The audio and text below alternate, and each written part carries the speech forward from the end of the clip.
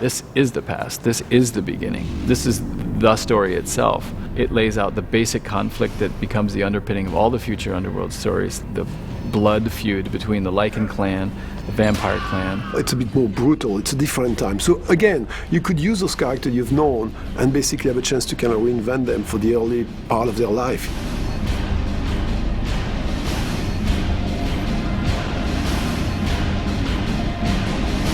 The biggest challenge of making the film was getting the script right.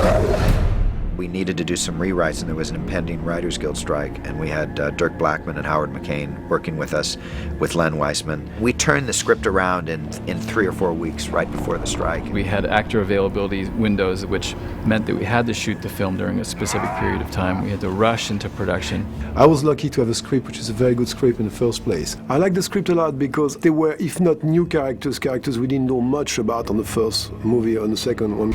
We all understood when Len decided that he really didn't want to direct this one. He had just done Die Hard 4, he was exhausted, and his career had sort of led him elsewhere. We asked him to join us as producers in Underworld 3, and that turned out great. There's other things I've been wanting to do and developing, and Patrick was such a huge part of creating what the world became, and so it was an obvious choice. Patrick Tatopoulos was the perfect director for Underworld 3 because we had actually worked with him over the years. He designed the creatures for Underworld 1, and then he was the production designer and creature designer for Underworld 2. They came to me and said, hey, what about Underworld 3? I was like, yeah? Tell you the truth, actually, the first time they told me this, I was a little worried. I was saying, 1's great, 2's great. Do I want to be doing the third one? And I was a little concerned because it's been done so well by Len. I thought, is that the right thing? At the same time, I thought this is an amazing opportunity. It's a franchise. There's an audience out there waiting for it. It's the directing job brought on the platter for me. Reading the script, I realized, okay, maybe I can have a slightly different take on this. It is Underworld. People need to recognize they're in the Underworld world. But I had a chance to do something a little different because you wouldn't see the world through the eyes of the vampires, but you'd see it through the eyes of the werewolf. And that got me very excited. For these types of movies, somebody really has to feel it and get it. He's mature, he's smart. We knew him, he knew us. He had Len's confidence. So that wasn't a leap, really. That was an easy choice. He was the perfect person to direct the more werewolf-oriented film. The big revelation for me is how intense a job it is. I just didn't realize that, it never stops. So we're gonna stop this whole thing with Brian as he's doing this on you. Yes. So then you don't knock him back. None of us had been to New Zealand, but all of us were like itching to go. So I had said to Richard Wright, who runs physical production, what about New Zealand? It's summer in New Zealand in January. And not only that, but New Zealand was filled with great artisans. We thought at the time we would have to shoot enormous amounts of the film outdoors at night, and we didn't want to be doing that in Eastern Europe. And there's an incredible amount of people there that just have the expertise and can be your leads, and that was great. My first reaction actually was, I would say negative, but I was like, wow, but New Zealand is too beautiful. It's incredibly gorgeous, green and thing. We're never going to be able to do anything evil there. And action!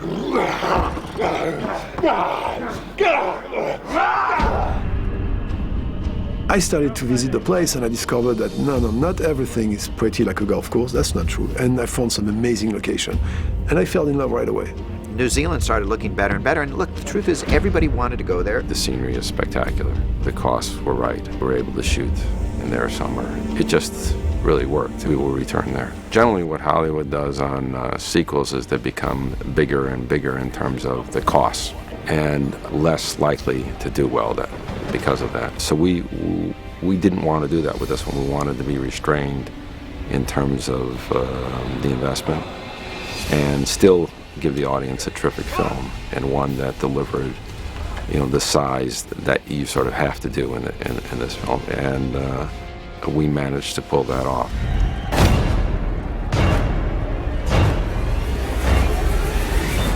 Necessity is the mother of invention. Sometimes when you don't have the resources of time and money, you have to tap different parts of your brain, and darned if you can't sometimes pull off miracles. I wanted to make sure that it had enough of a comic book, otherworldly feel to just be able to occupy those kinds of characters. Because right out of the gate, I think it's really difficult to present creatures like that are living amongst us and all that. That's hard to sell as it is. And so if you make it a world that is unlike ours, I think that it's an easier thing to pull off. No matter how much money you have, you always need more, because the expectations curve. Clint Culpepper and Screen Gems really supported us, because at a certain point, you always have a visual effects budget with your werewolves, and our sets and our landscapes were so big that we needed more werewolves. But Clint has always been a believer in the Underworld franchise, was extraordinarily supportive about making a movie that had more of a werewolf flavor than the original Underworlds, and so when we ran out of money, he was there.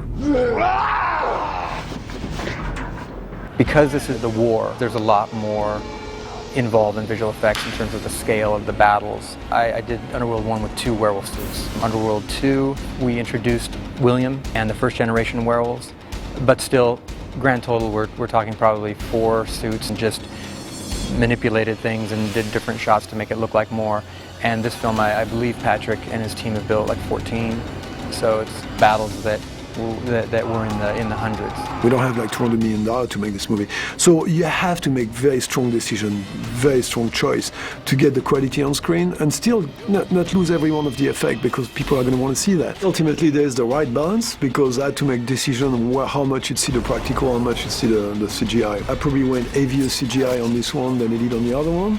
And trust me, that was not a personal choice, because I've built practical creatures all my life. If you look at the past Underworld 1 and 2, the werewolf appear out of the dark and you see them for a moment grabbing and things. You don't see 500 of them running toward the castle. You can't do that with people in suit, there's no way. When you do one of these films, they're so all-consuming. We make every stitch of wardrobe, every prop, every sword, everything has to be created. Creating this kind of a world is a very all-consuming process. It feels like a brand new story in a sense, because the werewolves have always been in the background, and now we get to see their side of it, and it feels like a new adventure in a new movie, and it's big. This is like an incredible experience. You have a vision, and people are here to help you make your vision happen. This is not my story, but it is something that was given to me to bring my texture and my style to. And I walked on set and people said, "Hey Patrick, hi, what's up?" I felt, God, look at this. Isn't that an incredibly fabulous job, to be able to come in a place like this and have people all trying to do the best they can for you? Can't imagine us not wanting to do it again. It's not every day that you get to create a whole new world out of your own imagination. The movie happens during the shoot. It's like getting tons of little things and making it happen. And then the post is when you make another movie. You make your movie. Cross my fingers and say, hey, hopefully it came out as cool as it could be. It's so out of character for me. I've enjoyed it so much. It's a really good film. I think it keeps it alive and strong. And the most enjoyable part is knowing that you were at the inception of a franchise and actually seeing that wish, that dream, that bet come true. That's probably, for me, the most satisfying aspect of Underworld. Underworld 3 does close a trilogy. We really do have 3 movies that fit very well together. We could spin this out. There are a few hundred years of stories left to tell. When the Underworld wave first broke across my desk, part of the pitch was that there was a series of stories here. Now we're actually in the backstory. The backstory is the forestory.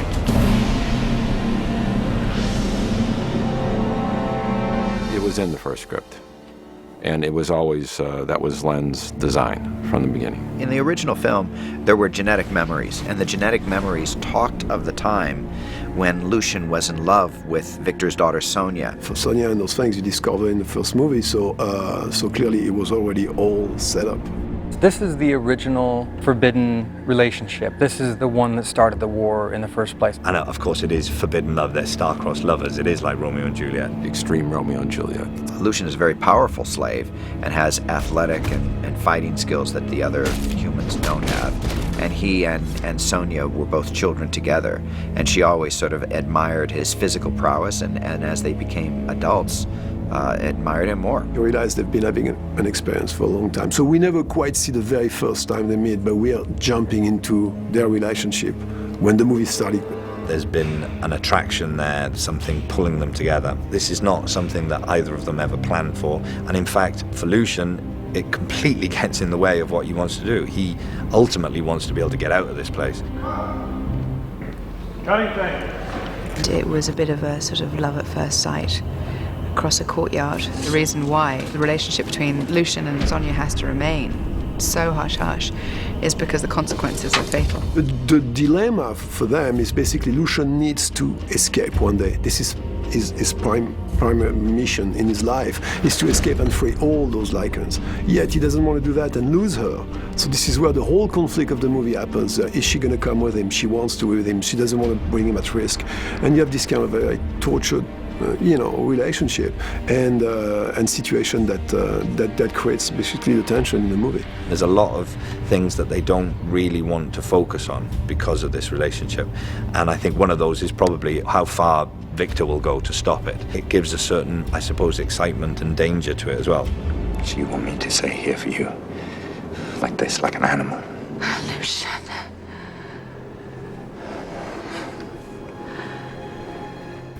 Any other species being co-joined sexually with a vampire would profoundly disturb him.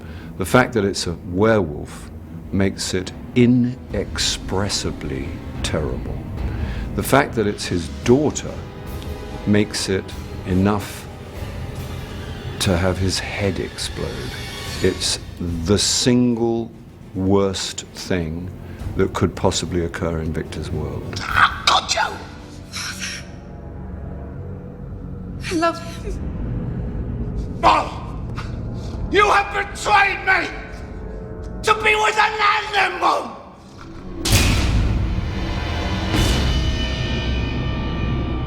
The birth of Lucian marked the creation of a different race. Lucian in some ways is an aberration, is a creature that comes out of nowhere almost.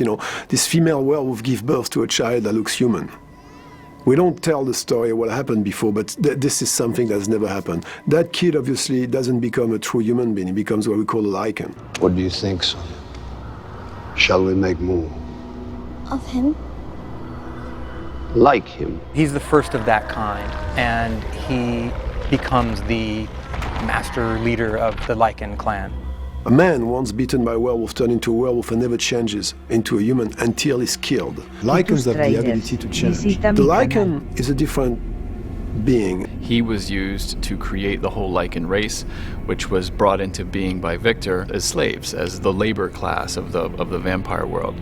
They're also immortal, but they are not as cultured, and they're not as high status as the vampires are. Those creatures can be actually handled by keeping them away from transforming, by having those colors they wear with silver. As soon as the contact of the silver goes with the skin of a Lycan turning, brings him back to the human state. Those humans become the slave, and they're controlled that way by Victor. Lucian is someone who, doesn't like seeing the other Lycans acting like animals. He wants to be more than that. And that's, I suppose, there's a kind of an envy of the vampires, an envy of their elegance and sophistication and non-animal likeness. He hates the werewolf for what they made him be. And he's also feeling very responsible for all those Lycans creatures that he has created, even not with his own will, but he feels very, very distressed by that.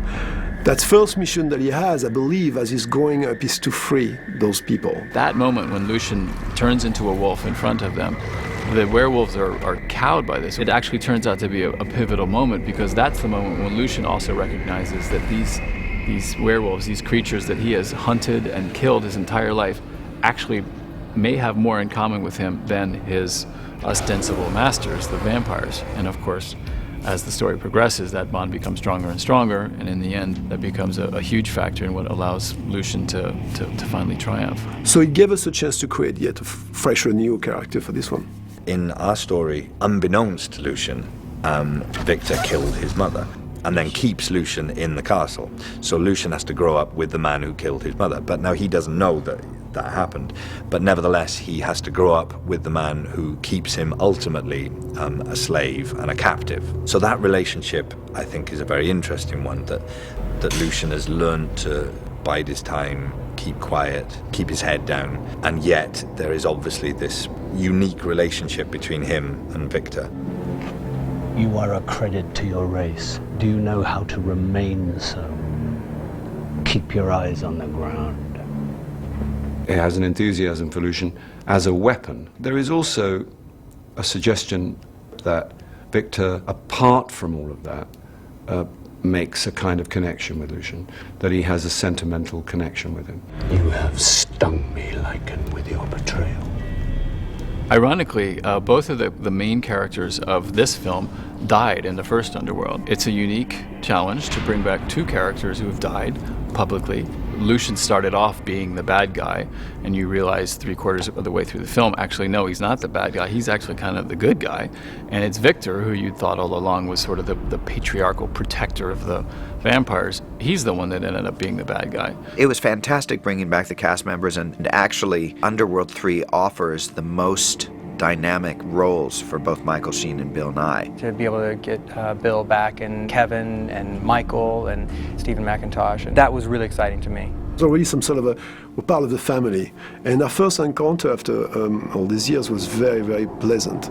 They were very open-minded and very interested, it felt, to have someone like me be part of the new project. I knew those people would deliver the performance, and that was the one thing that was in my mind, was like, okay, I've got that. As soon as the story was created, the studio went to Michael, because obviously there was no way to do this movie without him. There, one of there. I don't know what that's been like. Bring so much passion that it burst out on screen. I had to put Michael in a place where he was feeling he could give me everything. It's about letting them breathe, and then when they come to you, say, I loved it, this, that. And that was how I work. He has thought through the motivations and the obstacles that this character has to overcome very thoroughly. And he is treating the character of Lucian with the exact same amount of sincerity and commitment that he would have any other role. He really buffed up for this film, as theater actors do. When they take a job, they take it very seriously. And he took training and weightlifting and exercise really seriously. So there are moments in this movie where you see him, you know, with his shirt off and this torso that is fantastic. It's obviously involved a fair amount of work on my part to try and get into some sort of shape that, you know, I can convince people that I'm as young or younger than I was in the first film. But also just a sort of a fascinating puzzle in a way, in that you start to find interesting ways of showing how he got to be who he is, and that's one of the most exciting things about the film for me, is putting that together in a way that hopefully is not obvious, and at the same time is not just a sort of intellectual exercise, that it's something that an audience can relate to emotionally as well. We had to actually think of a way to figure out what the character was at the roots of its life, you know, and that was interesting, the reinvention. In order for him to become a leader and to fulfill his destiny, he has to accept something about himself that he has been fighting against all his life. And for me, that was the element of the story that most interested me, and I think is one that allows an audience, hopefully will allow an audience to empathise with what is going on and take it sort of slightly further than just a kind of epic, myth-like story. At the end of the film, he's achieved a victory, but he's also lost something very precious to him. And so he's a sort of in some ways, he's a very melancholy figure, Lucian.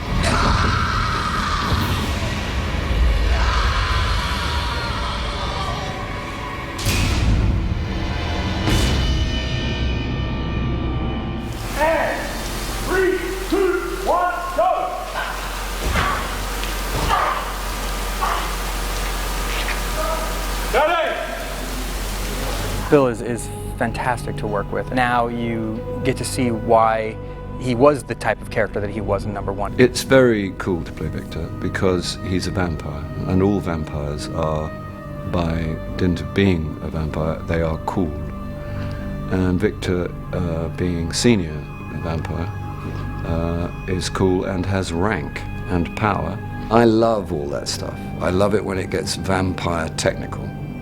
I love it when they discuss harnessing daylight in bullet form. I love to see a vampire sipping blood in a sophisticated manner. I like the whole dynamic of that stuff. Is this kind of like continuous character that never changed through the ages. Bill knows the character and you just let him bring it out. He's created this character that's slightly on the edge of almost theatrical, almost grand guignol sometimes, but he's just always on that edge. There is a father side of Victor in this story. In a sense, he had more of an opportunity to develop his character and again create an arc that's a bit bigger than what we had seen in the first one. I'm very pleased that we went back in time for this one. Victor's relationship with Sonia is about as close as normal as he gets, as he admires her as a warrior, as a fighter, as a creature, as a vampire, as much as his flesh and blood. His daughter was the first really independent, fearless vampire. It's a pretty powerful and important connection. He is apparently in two minds about some of the stuff that he gets up to. He mightily adores her. And he despairs of her, obviously, finally. I mean, this is a man who drinks his daughter's blood and then arranges for her to be burnt to toast. So, you know, it's not a normal day in family life. They are fantastical things to play. In case it had escaped your notice, Blacksmith, I am quite capable of looking after myself. I met with Gary Lucchese at Lakeshore, who is a very integral man, and respected his taste and his idea of what he wanted to do with the third. I understood that, in fact, it was a prequel, and it was a complete departure, really, stylistically and in the character specifically.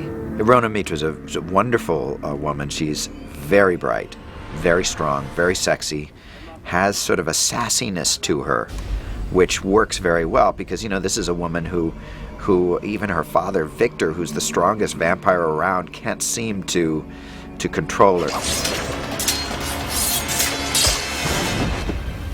How you would act as a human and sort of disconnecting and disengaging that chip is interesting, but still being an emotional female, because I didn't want her to be cold, and she's not cold, but vampires can be. So it's just, you know, getting that blend of stuff right. She brought a very primeval warrior in the character. Whatever beautiful she is, she also had this very strong warrior sense. She's very, very tough. We love to see a warrior female fighting, but also to relate to the character, you need to feel that there's someone, those people have the same emotion than you do. I think there's a lot of that in Sonia in the movie, and I think in that sense it's a very interesting character. Everything's interesting about it. Creating the look was such a fundamental part of actually becoming the character that really I had to say that I made sure that was one place that I really tried to have a big say in. It's nice now to actually go back and look at her as a character, as a person with emotions and skills and weaknesses and all the things that draw you to a character.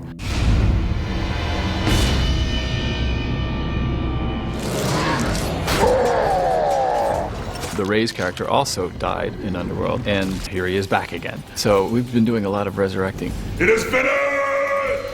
When we were developing the original story, we had ideas of Ray's and Lucian meeting up way back when, and that Ray's was somebody that Lucian trusted. We see him at the beginning as a slave, and so you see the original Ray's. He's lost in a world that's not his world until he becomes a creature himself. I created Ray's to be Lucian's right-hand man from the first film. Even though I'm playing a massive man, an enforcer, a kind of tough guy, you have to cook it down some, and you have to be willing to bring those quieter moments. Being kind of a big guy, you know, it's always good to get in there and, you know, rough and tumble.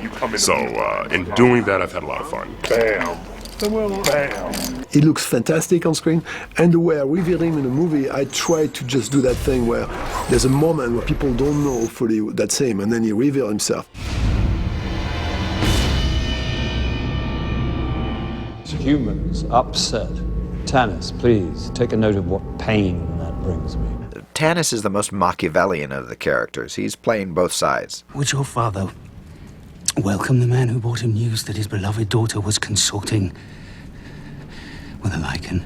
Tanis was recreated for the script. The first draft didn't have it, and at the time we weren't quite sure if we could get him back. And I remember the day I heard he was available and we could have him. It was a real treat, because I really, really like him. He's Victor's eyes and ears, really. Tanis is very closely allied with Victor, not because necessarily he likes him a lot, but because he's terrified of him. On any given day, Tanis could feel like, even though he's his right-hand man, this could be one slip and this could be the day that I die. So this opportunity that arises in this film, information suddenly becomes power. And so it's like, well, now I can maybe use this and give myself some more status and maneuverability and maybe get a little higher up the chain of command and possibly survive longer. For Steven, it is totally a reinvention. And what's great about him is you realize how much, as an actor, he can depict, even within the same character, show you a totally different thing. Careful, blacksmith, lest your eyes betray your secret. Everybody opened the door for me to put my vision out there. Actually, the same way, on my end, I just made sure that they could bring the character they wanted to bring. A miracle, Father. A union of the bloodlines. I curse the day your mother gave her life to bring you into this world. That thing inside you is a monstrosity. All the elements are in place. These movies look tremendous and they look satisfyingly original. They don't quite look like anything else. We take it back into a period which is sort of ambiguous, really, you know, and that's the wonderful freedom you have in this world and in this genre. There's a story which hasn't been told in the other two, which is this really core love story. The tone of Underworld 3 is very much of Romeo and Juliet social difference. I've always created those barriers that people are fighting against all the time. It's a very classic theme, and that's great because it's eternal. Performances are very strong, the visual look is very strong, the world of the piece is very strong. In some ways, the first two films only just touched upon the surface of what, you know, these films can be. And I think this film is now sort of showing a bit more of what's underneath and a bit more delving into the history of it and showing the scope of it. The history has always been a driving force of Underworld 1 and 2, and we've had glimpses going back in and seeing how it all started. Now to be able to actually play it out and see it, I think it's going to be a lot of fun. It's an exciting story of a quest for freedom. Illicit love stories, I think always sort of work. It is a creature movie, it is a battle movie, it is a fighting movie, there's a lot of action, but I also felt there was some really charged emotional moment between those two characters. There's no process of finding out the past through this film. This is the story itself. It is finished. No. This is just the beginning.